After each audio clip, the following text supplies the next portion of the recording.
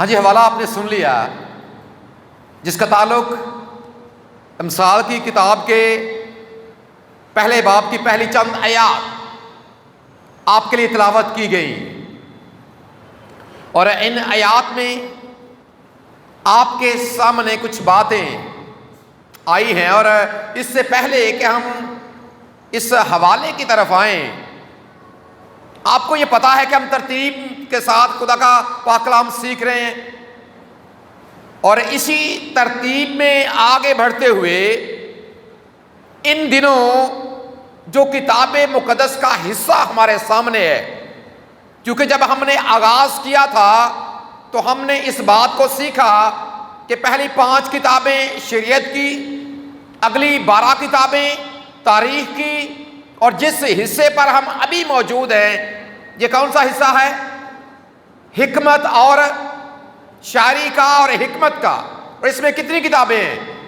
اس میں 5 کتابیں ہیں، جس میں ایوب ہے، زبور ہے، امثال ہے، وائز ہے، غزل الغزلات۔ اس کا مطلب یہ ہے کہ ہم ان دنوں حکمت اور شاعری کے اس حصے میں موجود ہیں، اور اس میں سے اپنے لیے سبق حاصل کر رہے ہیں۔ ویسے اگر اوورآل بات کی جائے، خدا کا سارا پاک کلام آپ کی ہدایت کے لیے اور آپ کی رہنمائی کے لیے اور آپ کی تربیت کے لیے اور آپ کو حکمت اور دانائی دینے کے لیے، لیکن خاص طور پر جب ہم امثال کی کتاب کی بات کرتے ہیں، جس طرح زبوروں کی کتاب پاکستانی کلیسیاؤں میں ایک بڑی مقبول کتاب ہے، پڑھنے کے حوالے سے بھی اور پڑھنے کے ساتھ گانے کے حوالے سے بھی، اسی طرح جو امثال کی کتاب ہے یہ پڑھے جانے کے حوالے سے ایک مقبول کتاب ہے۔ اور اگر یہ کہا جائے کہ زبوروں کی کتاب کے بعد اگر آپ کسی کو دوسرا نمبر مقبولیت کے لحاظ سے دے سکتے ہیں تو یہ امثال کی کتاب ہے۔ ایسی ہے جی؟ ایسا ہے کہ نہیں جی؟ ایسا ہی ہے۔ اور اس بات کو بھی ذہن میں رکھیے گا کہ دونوں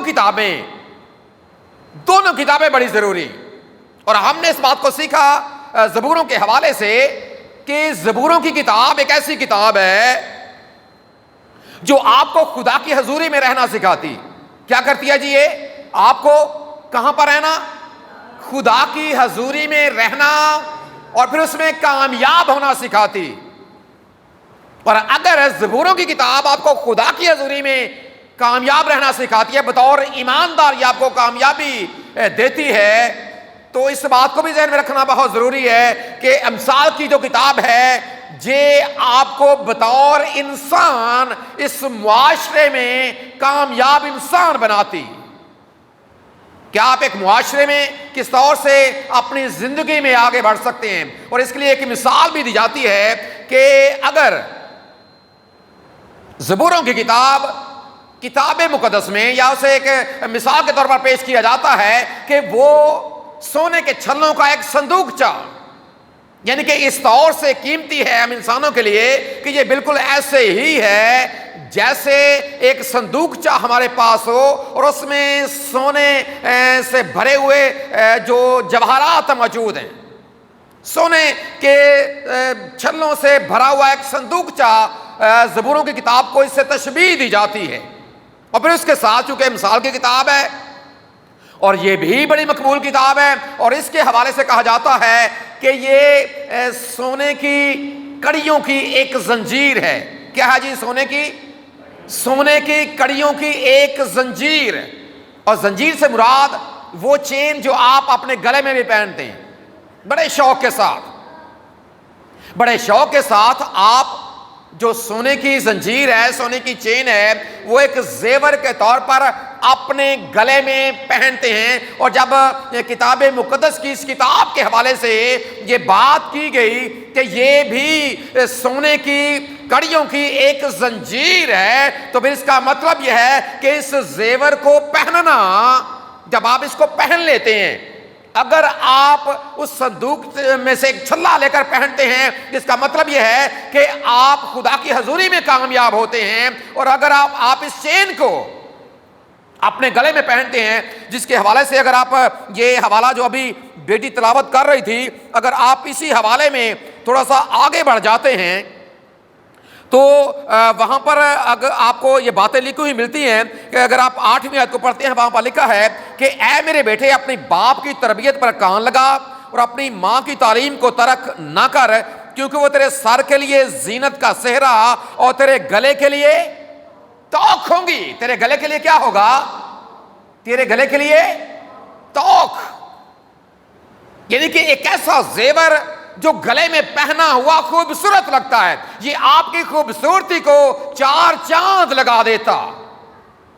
کیونکہ جب کبھی آپ زیور پہنتے ہیں تو آپ کی یہ کوشش ہوتی ہے کہ آپ کا وہ زیور نظر بھی آئے۔ ایسا ہی ہے جی، جب آپ زیور پہنتے ہیں کیا ہوتا ہے؟ چھپانے کے لیے تو نہیں ہوتا نا۔ جب آپ زیور پہنتے ہیں چھپانے کے لیے نہیں ہوتا، اور جب خاص طور پر سونے کا اگر کوئی چیز پہنی ہوئی ہو تو ہماری یہ کوشش ہوتی ہے کہ لوگوں تک یہ بات پہنچے۔ حالانکہ آج کل تو جو حالات اور معاملات چل رہے ہیں، سونے کو پہننا اتنا آسان نہیں رہا، ڈاکو پیچھے لگ جاتے ہیں، لیکن ایسا ہوتا ہے جس نے پہنا ہوتا ہے اس کی کوشش یہ ہوتی ہے کہ اگر میں نے کانوں کے اندر کوئی ایسی چیز پہنی ہے تو دوپٹہ ویسے ہی ہم ایسے کر لیتے ہیں تاکہ میرا کان نظر آئے۔ ایسا ہوتا ہے جی؟ ہوتا ہے کہ نہیں ہوتا؟ ہنسی والی بات بھی ہے لیکن سیکھنے والی بھی ہے۔ اور اگر آپ نے گلے کے اندر چین یا وہ جسے گلو بند کہتے ہیں، جو ہار یا اس طرح کوئی چیز ہوتی ہے، تو پھر دوپٹہ تھوڑا سا نیچے ہوتا ہے تاکہ جو ہمارا لاکٹ ہے وہ نظر آئے۔ کیوں جی؟ کیا خیال ہے؟ یہ ادھر بھی ہے، آپ بے شک آپ کے لیے بھی سیکھنے کے لیے بات۔ تو یہاں پر کیا ہے کہ یہ آپ کے گلے کے لیے توق، اور آج یاد رکھیں یہی کتاب، اس میں سے آج ہم اپنے گلے کے لیے توق حاصل کریں گے، تاکہ جب یہ توق ہمارے گلے میں پہنا جائے تو یہ ہمارے لیے واقعی بات ہے صرف غور کرنے کی۔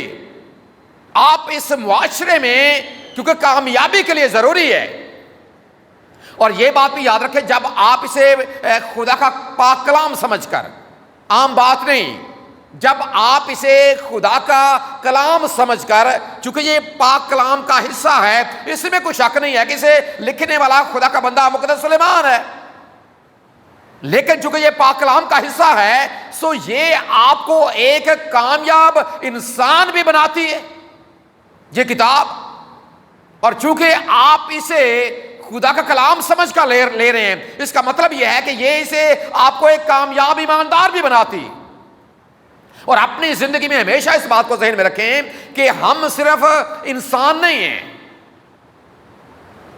ہم کیا ہیں جی؟ صرف انسان نہیں ہے بلکہ اس کے ساتھ ایماندار بھی ہیں۔ بطور انسان بھی ہم نے کامیاب ہونا ہے، اور بطور ایماندار بھی ہم نے کامیاب ہونا ہے۔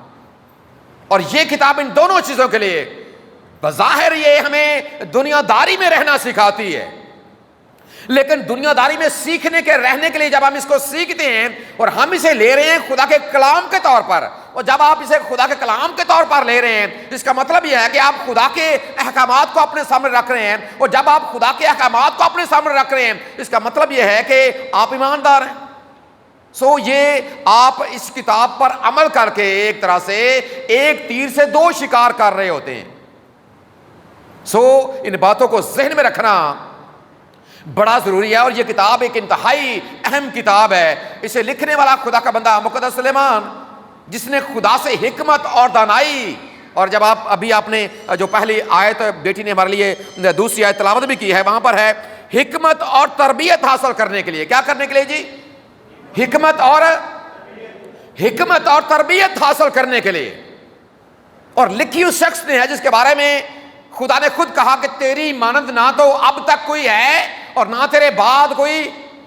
حکمت اور دانائی کے حوالے سے دنیا کا سب سے عقل مند انسان مقدس سلیمان، جس نے اس بات کو لکھا، اور اس کے بارے میں یہ بھی ہے کہ اس نے اس کتاب کو اپنی ادھیڑ عمر میں لکھا۔ اپنی جوانی کے عالم میں اس نے غزل الغزلات، ادھیڑ عمر میں امثال کی کتاب، اور پھر اپنی زندگی کے آخری ایام میں اس نے وائس کی کتاب کو لکھا، جس میں اس کی زندگی کا نچوڑ ہے، جس کے بارے میں ہم آئندہ سیکھیں گے۔ اور آج ہمارے سامنے کہ یہ فہم حاصل کرنے کے لیے، دانائی حاصل کرنے کے لیے، حکمت اور تربیت حاصل کرنے کے لیے، اور آپ کو یہ بھی پتا ہونا چاہیے کہ اس نے، سلیمان نے 3000 سے زائد مثلیں کہیں، 1005 اس نے گیت لکھے ہیں. آپ کو یہ حوالہ پہلے سلاطین میں ملتا ہے، لکھا ہوا ملتا. اور یہ مثلیں اس لیے پاک کلام کا حصہ بن گئی تاکہ لوگ ان کو سیکھیں، اپنی زندگی میں اپنائیں، کامیاب انسان بھی بنے اور کامیاب ایماندار بھی بن جائیں. اس لیے خدا نے اسے اپنے پاک کلام کا حصہ بنایا. اور اس بات کو بھی ذہن میں رکھنا بڑا ضروری ہے کہ جو امثال، پتہ ہے امثال کا مطلب کیا ہے جی؟ کہاوت. امثال کا مطلب یہ مثل کی جمع، اور مثل کا مطلب کہاوت بھی ہو سکتا ہے، محاورہ بھی ہو سکتا ہے، چھوٹی سی کوئی کہانی بھی ہو سکتی، یا کوئی مثال. مثل کا مطلب آپ کسی کے ساتھ کوئی بات ریلیٹ کر کے جب آپ اس کو سیکھنے کے لیے بیان کرتے ہیں اسے مثل کہا جاتا ہے، اور یہ اس کی جمع ہے. جس طرح ایک بات آپ کو لکھی ہوئی ملتی ہے، اور آپ کو دیکھیں اچھی بات آپ کو کہیں سے بھی مل سکتی ہے. ہم نے اپنے سیمنری میں ہمارے استاد محترم ڈاکٹر سمزیائی، وہ کہتے تھے جب میں باہر نکلتا ہوں میں سائن بورڈ بڑے پڑھتا ہوں، میں سائن بورڈ بھی پڑھتا ہوں، اور میں جب سفر کرتا ہوں تو جو بسوں کے پیچھے، ٹرک کے پیچھے مختلف چیزیں لکھی ہوتی ہیں میں ان کو بھی پڑھتا ہوں. آپ کو کوئی نہ کوئی بات وہاں سے بھی اچھی مل جاتی ہے. اور انہی باتوں میں سے ایک بات جو میں نے پڑھی وہ میں آپ کے سامنے رکھنا چاہتا ہوں سیکھنے کے لیے. گل ویلے دی تے پھل موسم دا، پڑھی میں بھی شاید آپ نے پڑھی ہو. گل ویلے دی تے پھل، جی ایک مثال دے کر سمجھائی گئی یہ بات. اور یہ بات اصل آپ جب اسی بات کو لے کر اس کتاب میں آتے ہیں، اس میں بھی ایک مثال اس طرح کی دی گئی ہے، بلکہ بہت سی مثالیں دی گئی ہیں. میں ایک کی بات کر رہا ہوں کہ با موقع باتیں چاندی کی ٹوکری میں، شاباش، سونے کے سیب ہیں. با موقع باتیں بات کی جا رہی ہے، با موقع باتوں کی، اور مثال کس کی دی جا رہی ہے؟ چاندی کی ٹوکری کی، سونے کے سیب کی. سو اس طرح کی مثل، اس طرح کے محاورہ، اس طرح کی کہاوت، اس طرح کی چھوٹی سی کہانی بیان کر کے جب کوئی بات سمجھانے کی کوشش کی جاتی ہے اسے مثل کہا جاتا، اور یہ ان کی جمع ہے. اور اس میں بھی ایسی ہی باتیں کر کے ہم انسانوں کی تربیت کرنے کی کوشش کی گئی ہے. اور پہلی دوسری آیت میں ہم نے ابھی کہ حکمت کے لیے اور تربیت کے لیے، اور اس کا جو منبع ہے، اس کا جو ماخذ ہے، جب آپ اس کو پڑھتے ہیں نا، اسی کتاب کے دوسرے باب کی 6 آیت ذرا پڑھیں جی، جن لوگوں نے اس کو حوالے کو کھول رکھا ہے. امثال کی کتاب کا دوسرا باب اور اس کی 6 آیت، کوئی بھی آپ میں سے پڑھ دے، شاباش، جو پہلے نکالے تلاوت کر دیں جس کو. خداوند حکمت بخشتا ہے. کیا ہوتا ہے جی؟ حکمت کون بخشتا ہے؟ خداوند حکمت بخشتا ہے. اس کا مطلب حکمت کا منبع وہی خدا جس کے بارے میں ہم یہ کہتے ہیں، دعوے دار ہیں کہ میں اس کی ذات پر ایمان، یقین اور بھروسہ رکھتا، وہی حکمت کا منبع خدا، حکمت کو دینے والا خدا ہے. اس کا مطلب یہ ہے کہ اس سے لینے کے لیے اس کے ساتھ تعلق کا ہونا یہ بڑا ضروری. خدا کے ساتھ کیا ہونا جی؟ تعلق کا بننا، کیونکہ چیز جب کسی سے ملتی ہے اس کے ساتھ تعلق کا ہونا بڑا ضروری، کیونکہ وہ سورس ہے، وہ منبع ہے، وہ سرچشمہ ہے حکمت کا. اور سلیمان نے کہاں سے لی تھی جی؟ اس نے دعا کی کہ اے خدا مجھے حکمت اور دانائی دے دے تاکہ میں کیا کر سکوں، تیری قوم کا انصاف کر سکوں. منبع وہی ہے، وہی دیتا. لیکن یہاں پر ایک اور بات نوٹ کر لیں، ایک ہوتی ہے حکمت اور ایک ہوتی ہے حماقت. کیا ہوتا ہے جی؟ ایک ہوتی ہے حکمت اور ایک کیا ہوتی ہے؟ حماقت. یا تو ہم حکمت کرتے ہیں یا پھر حماقت کرتے ہیں. حکمت اور حماقت یہ دونوں ایک دوسرے کے اپوزٹ، متضاد چیزیں، مخالف چیزیں، ایک دوسرے کو پرے دھکیلتی. اور جو حکمت ہے اس کے بارے میں ہم نے جانا کہ یہ خدا کی طرف سے، اس کا مطلب یہ ہے کہ حکمت والا بننے کے لیے حکیم بن، اور حکیم سے مراد یہ دوائیوں والے حکیم نہیں، حکیم سے مراد جو عقل مند شخص، دانا شخص ہیں، دانائی رکھنے والے شخص ہیں، حکمت کے ساتھ زندگی گزارنے والے لوگ ہیں۔ اس کے لیے خدا کے ساتھ تعلق اور خدا کے ساتھ رابطہ یہ بڑا ضروری۔ اور دوسری چیز ہے حماقت۔ اب جو حماقت ہوتی ہے نا، اس کے بارے میں بائبل یہ بیان کرتی ہے، اگر آپ 14واں زبور پڑھیں گے، اس کی پہلی آیت نکالیں ذرا اس حوالے کو بھی، 14واں زبور اس کی پہلی آیت، وہاں پر لکھا ہے کہ احمق نے اپنے دل میں کہا کوئی خدا نہیں۔ احمق نے اپنے دل میں کہا، جی یہی لکھا ہے جی، احمق نے اپنے دل میں کہا کوئی خدا نہیں ہے۔ حکمت خدا کی جانب سے ملتی ہے، اور احمق جو حماقت کرتا وہ یہ سمجھتا ہے کہ کوئی خدا نہیں ہے۔ اور یہ بات یاد رکھیں، دنیا میں ایسے بہت سے انسان ہیں، اور تقریباً دنیا کی 16 سے 17% آبادی ایسے لوگوں پر مشتمل ہے جو کسی خدا کے قائل نہیں۔ چلے ہم دوسروں کی بات نہیں کرتے جو بت پرستی کرتے ہیں یا کسی بھی طرح سے کسی نہ کسی دین کے پیروکار ہیں۔ تقریباً 16 سے 17% دنیا کی آبادی، اور دنیا کی آبادی اس وقت تقریباً 8 ارب سے زیادہ ہو چکی، تجاوز کر چکی۔ اب ذرا اندازہ لگائیں کتنے لوگ ہیں جو خدا کی ذات سے انکاری، کوئی خدا نہیں ہے۔ اور یہ سراسر حماقت ہے کہ اگر آپ اس بات پر ایمان رکھ لیں کہ کوئی خدا نہیں ہے، یہ حماقت ہے، اور حکمت خدا کی طرف سے آتی۔ اور اس بات کو بھی ذہن میں رکھنا بڑا ضروری ہے کہ جو حماقت کرنے والے یا احمق لوگ ہیں نا، ان کے پاس ذہانت ہوتی ہے۔ یہ نقطہ بڑا قابل غور ہے۔ کیا ہوتا ہے جی ان کے پاس ذہانت بھی ہوتی ہے، عقل بھی ہوتی ہے، اور اپنی اسی عقل اور اپنی اسی ذہانت کی وجہ سے وہ زندگی میں بعض اوقات ترقی بھی کر جاتے ہیں۔ دیکھیں دولت کا آ جانا، زندگی میں کسی چیز کا حاصل کر لینا، یہ کچھ نہیں ہے۔ اور جو احمق لوگ ہیں وہ اس کو حاصل کر لیتے ہیں، لیکن وہ اصل چیز سے محروم ہو جاتے ہیں، اور وہ ہے خدا کی حضوری، وہ ہے خدا کی معموری، اور وہ ہے ہمیشہ کی زندگی۔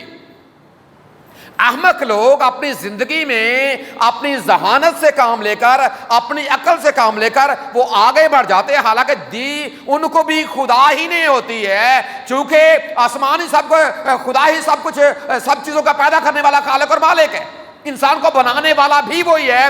وہ یہ سمجھتے ہیں کہ ہم ایک حادثے کی پیداوار، ہم ایک حادثے کے طرح سے انسان بھی پیدا ہو گیا، دنیا بھی پیدا ہو گئی، سب کچھ پیدا ہو گیا، لیکن بائبل یہ بیان کرتی ہے کہ یہ سب کچھ خدا نے بنایا۔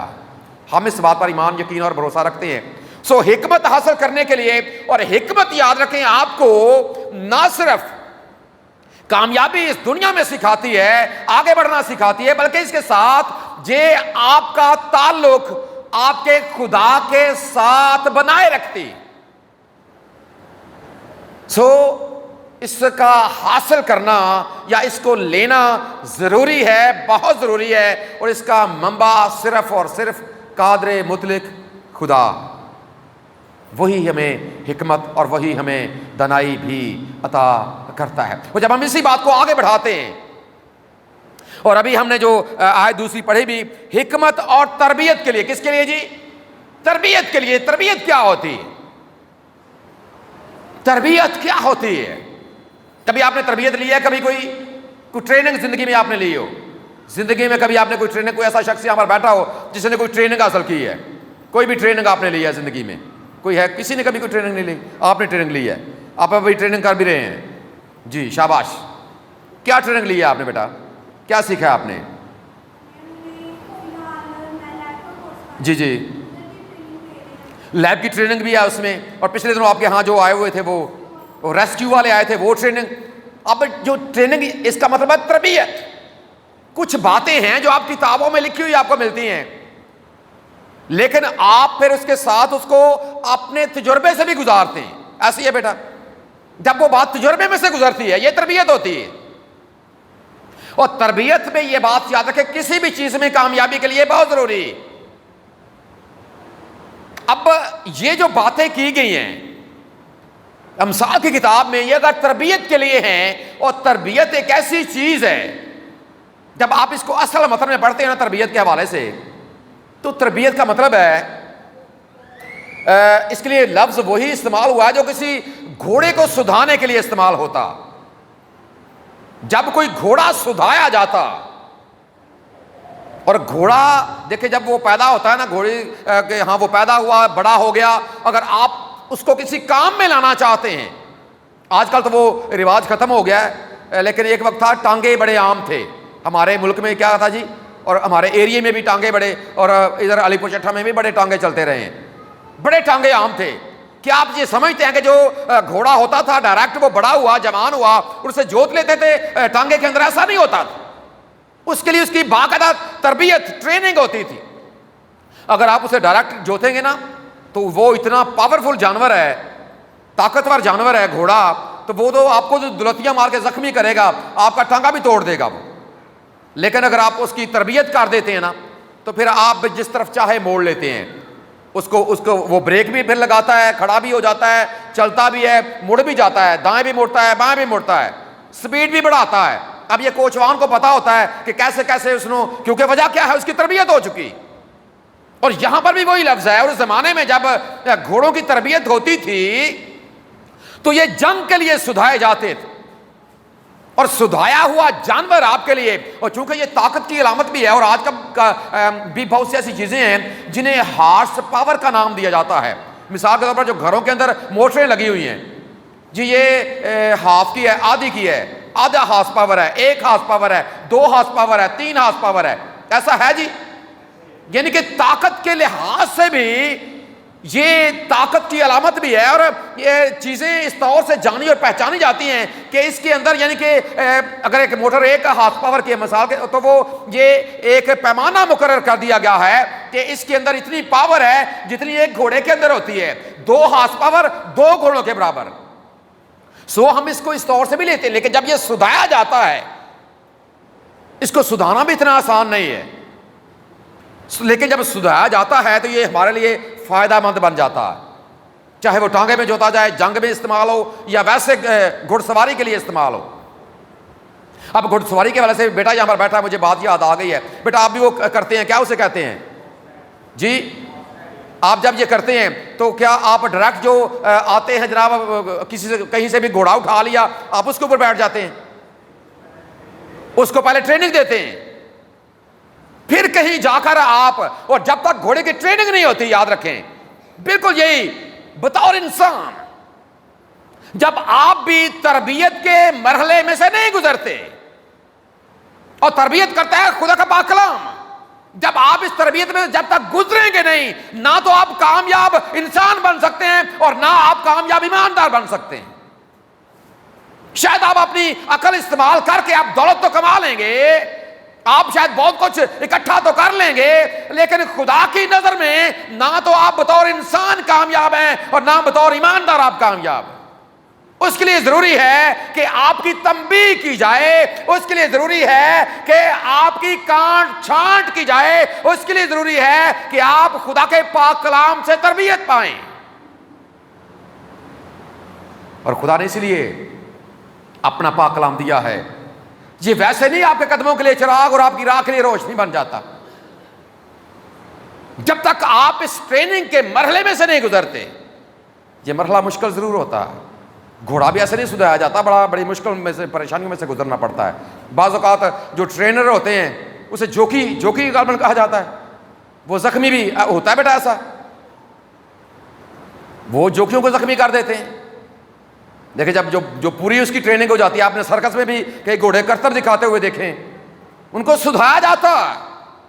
بالکل یہی مرحلہ جب یاد رکھیں آپ بھی اس تربیت میں سے، اور پاک کلام یہ کہہ رہا ہے کہ یہ حکمت کے لیے، تربیت کے لیے، تاکہ آپ کامیاب بنیں، تاکہ آپ فائدہ مند بنیں، اپنے لیے بھی اور اپنے خدا کے لیے بھی، اور اس کے لیے تربیت بہت ضروری ہے۔ امثال کی کتاب یہ ساری باتیں آپ کے سامنے رکھتی ہے۔ آپ آگے بڑھ جاتے ہیں، پہلی 8، چونکہ اس کتاب میں آپ کو بچے کی تربیت سے لے کر بادشاہ تک کی بادشاہی کرنے تک کے گر اس میں بتائے گئے ہیں۔ ایک عورت کیسے اپنے گھر میں کامیاب ایک معاشرے میں اس کے گر بتائے گئے ہیں، لیکن شرط یہ ہے کہ آپ اس کو پڑھیں، شرط یہ ہے کہ پھر اسے اپنی زندگی میں بھی، اور تربیت کا مطلب یہ ہے کہ جو کچھ آپ نے سیکھا ہے پھر آپ اسی کے مطابق آگے بڑھیں۔ ایسا نہیں ہے کہ سیکھ تو لیا ہے خدا کا پاک کلام لیکن اندر کچھ بھی نہیں، اندر سے خالی۔ تربیت کا مطلب یہ ہے کہ جس طرح آپ نے سیکھا ہے، اور اسی لیے تو 32 زبور میں ہم گاتے بھی ہیں، نہ ہو گھوڑیاں کچرا مگر تو کہ کچھ بھی نہیں ہے، کچھ بھی نہیں ہے سمجھ ہونے، لیکن جب وہ ٹریننگ میں آ جاتے ہیں تربیت کے بعد، پھر انہی جانوروں کی مثالیں دے کر بائبل مقدس میں انسانوں کو سمجھانے کی بھی کوشش کی گئی ہے کہ ان جانوروں سے سبق حاصل کرو۔ اور اس میں بھی آپ کو، اگر آپ چھٹے باب میں پڑھیں گے نا، چیونٹی کا بیان آپ کو ملتا ہے کہ اے کاہل چیونٹی کے پاس جا، اس کی روشوں پر غور کر اور عقل مند بن۔ یہ تربیت جو خدا کے پاک کلام کے ذریعے سے ہماری ہوتی ہے، خدا چاہتا ہے، اور اس نے امثال کی کتاب اسی لیے رکھی ہے تاکہ ہم اس میں سے تربیت لیں۔ لیکن اگر آپ اسے عزیز نہیں رکھتے تو آپ میں اور جانور میں کوئی فرق نہیں ہے۔ ذرا نکالیں ایک حوالہ، اسی کتاب میں سے ایک حوالہ ہم نکالیں گے، اور 12واں باب اس کی پہلی آیت، 12واں باب کوئی بھی آپ میں سے تلاوت کر دے۔ اگر آپ تربیت کو حاصل نہیں کرتے، اگر آپ پانے نہیں چاہتے تو پھر آپ کس طرح کے؟ جی 12واں باب پہلی آیت کیا لکھا ہے جس میں؟ جو تربیت کو دوست رکھتا ہے وہ علم کو دوست رکھتا ہے۔ جی جو تنبیہ سے کیا کرتا ہے؟ نفرت کرتا ہے، وہ کیا ہے؟ حیوان ہے۔ جو تنبیہ سے نفرت کرتا ہے وہ حیوان ہے، جانور سے بدتر ہے، اور میں تو یہ کہتا ہوں وہ مجھ سے بھی بدتر ہے۔ جانور تو پھر بھی کسی کام آ جاتا ہے، خدا کی نظر میں دیکھیں آپ کی حیوان سے بھی کہیں گئے گزرے ہیں آپ، لیکن اگر آپ تربیت کو، خدا کے پاک کلام کی اگر آپ کی تنبیہ ہوتی ہے، اگر خدا کا پاک کلام آپ کو ٹھوکر لگاتا ہے، اگر کہیں نہ کہیں آپ کو یہ محسوس ہوتا ہے کہ یہ بات کلام کی میرے لیے، ہم اس کو الٹا لیتے ہیں کہ جی ہمیں لگا کر کچھ کیا۔ لگانا کس نے کیا ہے؟ کسی کے ساتھ میری کوئی دشمنی ہے؟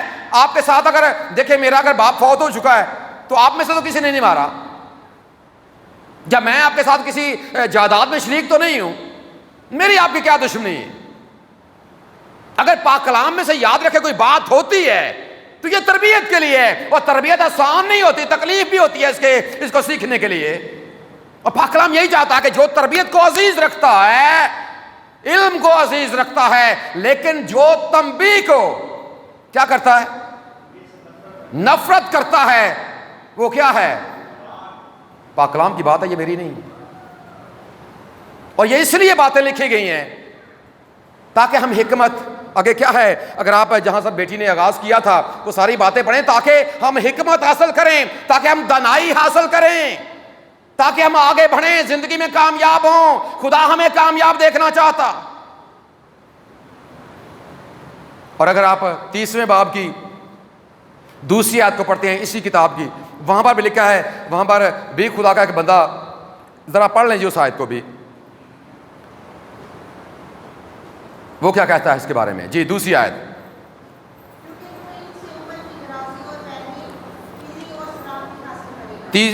30واں باب دوسری آیت، جی 30واں باب،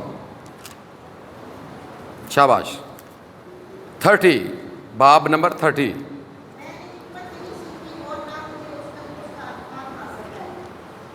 آگے اگلی آیت بھی پڑھ دیں، امثال کی کتاب کا 30واں باب اور اس کی دوسری آیت، یہی ہے۔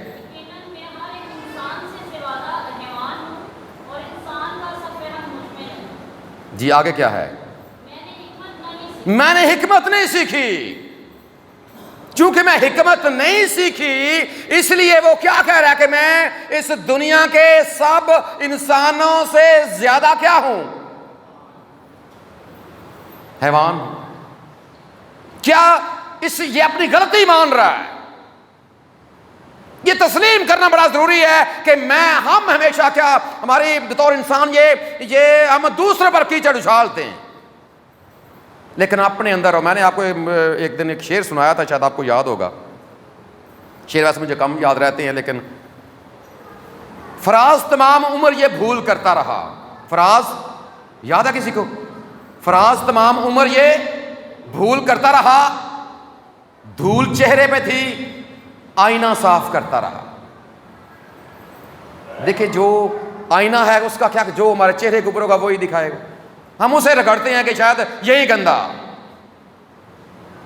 اس لیے یہ کہہ رہا ہے میں نے تربیت کو عزیز نہیں رکھا اور میں تو جانوروں سے بھی بدتر ہوں. اپنا گناہ تسلیم کر رہا ہے. ماننا بڑا ضروری ہے کہ غلطی کہیں نہ کہیں میرے اندر بھی ہے.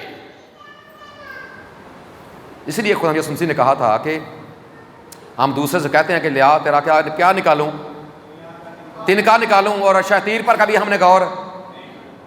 اپنے گریبان میں جھانکنا بڑا ضروری.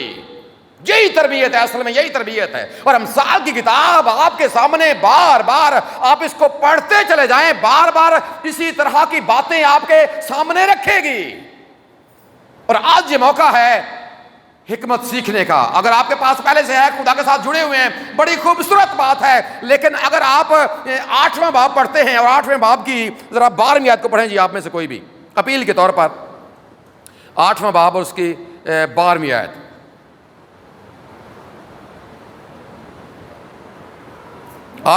جی جی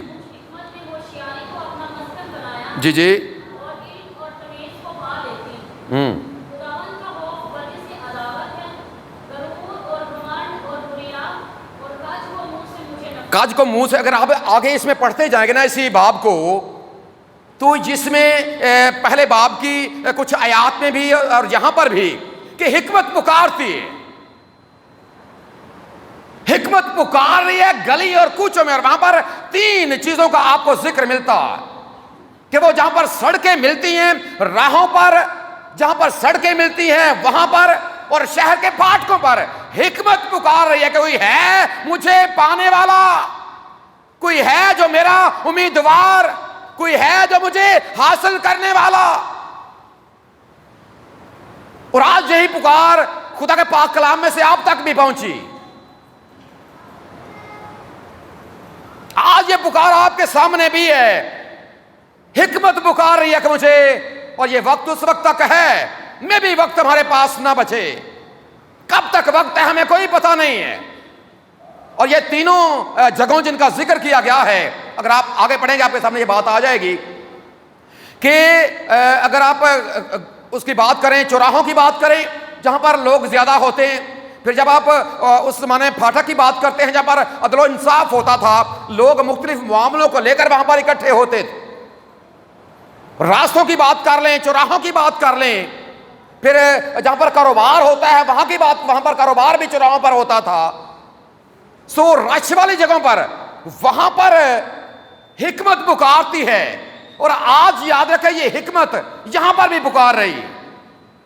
آج یہ خدا کا پاک کلام، آج یہ امثال کی کتاب آپ کے سامنے بھی ہے، اور آپ کو یہ پکار کر کہہ رہی ہے کہ ہے کوئی یہاں پر، کوئی ہے جو میرا امیدوار ہے، یہاں پر کوئی ہے جو مجھے پانا چاہتا ہے، یہاں پر کوئی ہے جو خدا کے ساتھ تعلق جوڑنا چاہتا ہے، یہاں پر کوئی ہے جو اس بات کا اعلان کرنا چاہتا ہے کہ ہاں اس سے پہلے میں ایک جانور کے طور پر زندگی گزار رہا تھا، ہاں میں بطور انسان بھی کامیاب ہونا چاہتا ہوں، میں بطور ایماندار بھی کامیاب ہونا چاہتا ہوں. اور اس کے لیے ضروری ہے کہ آپ کا تعلق آپ کے خدا کے ساتھ جڑ جائے. وہی سرچشمہ ہے. آج ضرور اپنی زندگی پر غور کریں. اگر پہلے سے ایسی زندگی گزار رہے ہیں خوبصورت بات ہے، لیکن اگر ایسا نہیں ہے تو امثال کی کتاب کو محض پڑھنے کی حد تک نہیں، اسے سمجھیں، اپنے خدا کے ساتھ تعلق بنائیں. اور خدا یسوع مسیح کی اگر ہم بات کرتے ہیں، اگر آپ مقدس لوکا طبیب کا انجیلی بیان پڑھتے ہیں، اس کے 2 باب میں لکھا گیا ہے کہ وہ حکمت میں بڑھتا گیا، خدا کی نظر میں بڑھتا گیا، ترقی کرتا چلا گیا. وہ ہمارے لیے نمونہ ہے. اور اسی لیے خدا کے بندے نے اس بات کو لکھا ہے پولس رسول نے کہ ویسا ہی مزاج رکھو جیسا جیسا مسیح یسوع کا بھی تھا، اسی مزاج کو اپنے سامنے رکھ کر حکمت اور دانائی کے ساتھ اپنی زندگی میں آگے بڑھتے رہیں، تاکہ بطور انسان بھی کامیاب رہیں اور بطور ایماندار بھی ہم کامیاب رہیں اور ہمیشہ کی زندگی کے وارث بن جائیں۔ مرا خدا اس پیغام کے وسیلے سے ہم سب کو برکت بخشے، آمین۔